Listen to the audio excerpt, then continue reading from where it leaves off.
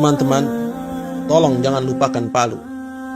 Jangan lupakan bahwa hari itu di tempat ini kita membaca berita gempa dahsyat yang mengguncang Palu. Kemudian tidak lama berselang, kita juga tahu kalau gempa itu memicu tsunami. Banyak orang hilang dan tenggelam. Lalu tiba-tiba kita dikagetkan dengan sebuah video amatir yang merekam sebuah hamparan tanah yang bergerak, pohon-pohon di atasnya berjalan. Ada sebuah rumah besar yang berjalan dan diikuti tiang BTS yang berpindah tempat. Kemudian kita melihat rumah satu persatu ambruk karena tanah di bawahnya yang berubah menjadi lumpur, dan orang-orang panik berlarian menyelamatkan diri dan keluarganya. Teman-teman, ingatkah bahwa saat itu kita mengira kejadian itu di pantai, air laut yang naik ke atas, tapi subhanallah, ternyata itu tanah yang mencair. Kok bisa? Percaya tidak percaya, video itu kita ulang berkali-kali. Mata kita tidak berkedip, otak berputar, hati berdegup menghayati kengerian orang-orang yang mengalami kejadian itu di sana. Ya Allah, bencana apakah ini? Ada apakah dengan bumi? Teman-teman, saat ini waktu sudah berlalu semenjak peristiwa itu. Masih adakah kengerian itu di dada? Atau masih terselipkah rasa mencekam itu? Duhai teman, tolong, aku minta jangan lupakan Palu. Pada peristiwa itu Allah ingin kita melihat bukan melalui ayat-ayat sucinya, karena sedikit yang beriman dan banyak yang tidak. Pada peristiwa itu Allah ingin kita melihat dengan mata kepala kita, agar mudah kita mencerna bahwa kekuatan Allah lah yang tiada terkalahkan, bahwa tiada yang sanggup menghentikan kejadian apapun apabila Allah berkehendak, dan bahwa dunia ini sangat murah. Amalan kita lah yang berharga.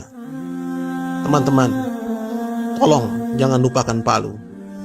Di Palu Allah izinkan bumi ini bernafas. Hanya sekian detik semua luluh lantak rata dengan tanah. Belakangan akhirnya kita tahu ada pesta di Palu, pesta kesyirikan, ada musik, tabarruj, wanita-wanita menari, judi, zina di Petobo, bahkan LGBT kongres di sana. Teman-teman, kalau ada dari kita di sini yang masih melakukan kesyirikan, menyembah kuburan, memberikan sajian kepada laut, gunung, air terjun, mau bangun gedung, rumah, jembatan, menanam kepala kerbau, minta kesembuhan, motong ayam hitam, kemudian bangkainya dibuang ke air terjun atau tempat tertentu, melakukan pesugihan, maka tinggalkanlah, karena kesyirikan sebab utama bencana. Jika di sini ada yang mengaku muslim tapi tidak salat atau salatnya bolong-bolong, mulai sekarang jaga salat kalian. Jika di sini ada yang gemar berzina, zina mata, tangan atau kemaluan, selingkuh atau berpacaran, maka sudah waktunya sekarang kita tinggalkan itu semua.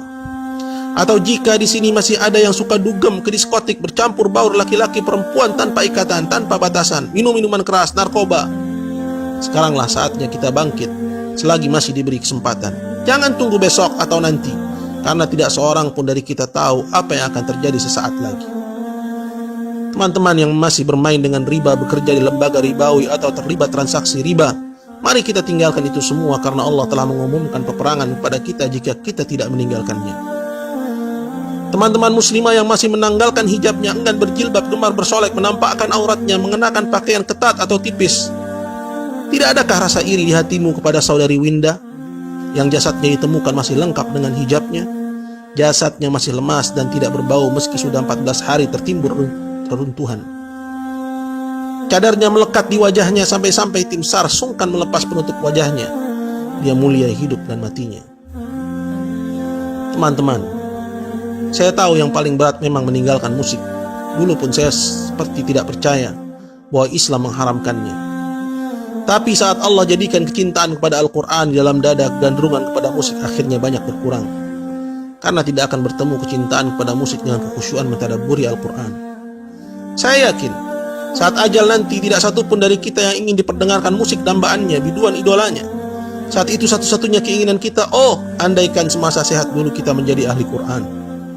Tapi bagaimana bisa itu terwujud jika sampai sekarang tidak ada keinginan kita berlepas dari musik? Teman-teman, tolong jangan lupakan Palu. Itu cara Allah menegur kita agar segera kita kembali kepadanya, bertaubat dari segala macam dosa, bersemangat mempelajari agamanya dan mengamalkannya. Ya Allah, kami tidak tahu harus sedahsyat apalagi teguranmu kepada kami jika gempa mengerikan di Palu kemarin belum juga menggugah hati ini, menggerakkan diri ini untuk memohon ampunanmu. Teman-teman, tolong sebarluaskan pesan ini dan jangan diabaikan. Semoga dengannya ada hati yang terketuk dan segera kembali bertaubat kepada Allah.